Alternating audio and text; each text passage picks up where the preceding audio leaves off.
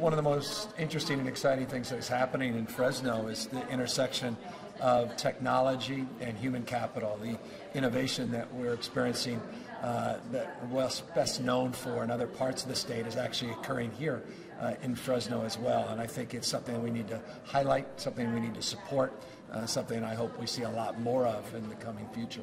Will we be seeing more of you here in Fresno? The last time we saw you here was the vote to the park, if you remember that. Yeah, we did 2 town halls here in Fresno. I've been back maybe a dozen times in the last year and a half, so we've been doing town halls all up and down the Central Valley and Stockton and Bakersfield, and so we're spending a lot of time out here, and we'll continue to spend more time out here over the course of the next number of months.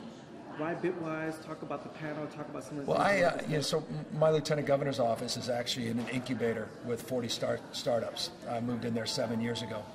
I love these kinds of spaces. I love these co-working spaces. I like bringing the sort of cross-pollination of disciplines together and matching things up. And I think this notion of technology and what's happening with globalization, you understand globalization here in the Valley, perhaps more than any other part of the country, because this is an internationally recognizable brand, the Central Valley, and all the exports and everything it means to the rest of the world. So you've got the frame of globalization now and technology detonating at the same time. And something, again, big is happening in the state, specifically here in the Valley, that I think most people in other parts of the state are not familiar with. And I think it's important for us to highlight that and highlight this trend line that I think is very, very positive. I just have about 2 more questions. Can you just talk a little bit about your overall jobs plan for the Central Valley and kind of how you would benefit this area if you became governor? Well, I think one of the things that makes me unique, particularly with the other Democrats running, is I'm a small business person. I've got 23 small businesses. I have over 800 employees. I started right out of college my own small business. I got 13 investors and was my own full-time employee until I was able to hire a part-time employee. And so I had come from a business background. I come from an entrepreneurial background. And I went out and I hired McKinsey, the big consulting firm, and we did an economic and workforce development plan for the state. It's called Regions Rising Together, 14 economic and workforce development strategies, recognizing each region in the state is unique and distinctive.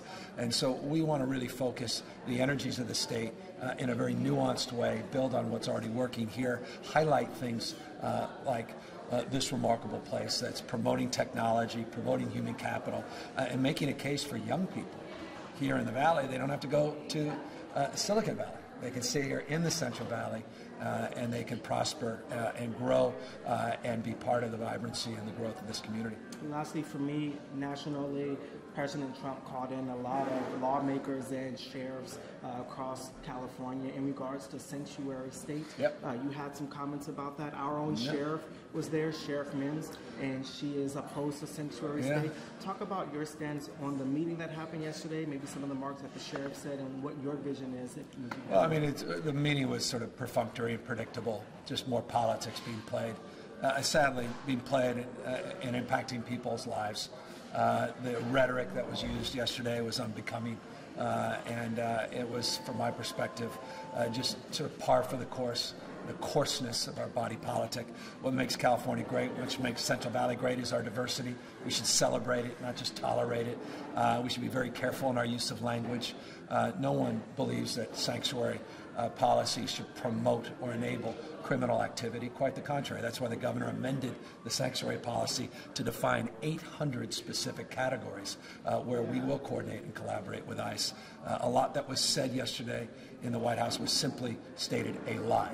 A complete knowing misrepresentation of the facts, again, for political purposes. I defend the sanctuary policy to the extent we need to amend it to deal with unintended consequences. We, of course, will not be ideological about it, but I think Governor Brown did a very good job putting together a piece of legislation that he was willing to sign that is appropriate for the state. More specifically to our sheriff, she said that ICE can't go in and speak to people. They can't go in and go on the jails and reach a database. Well, that's not true. Someone Trump called some illegal immigrants or immigrants. Yeah, animals. Yeah, it's disgraceful. You know, look, no one condones and supports dangerous violent felons. And in fact, nor does the governor. He signed AB 54 that says if you are arrested and you have a previous criminal record, we coordinate, we collaborate with ICE. There's nothing to deny the sheriff and the local jails from doing that, and local law enforcement. It doesn't deny people in certain circumstances that are presumed to be guilty, and there's an abundance of evidence from allowing us to coordinate and collaborate with ICE. There's a lot of misrepresentation. And I wonder, it's one of two things. It's either knowingly misrepresenting the facts, or it's unknowingly, and I'm not sure which is worse. Meaning, if you don't know the facts, you should seek first to understand before you're understood. Read the legislation. If you're asserting those facts, prove the point. Don't just assume that the legislation that the governor signed somehow is stifling your ability to collaborate and coordinate with federal authorities, when in fact there are hundreds of examples where that's simply not the case. Thank you for watching. For more videos like this from ABC 30, just make sure to hit that subscribe button below.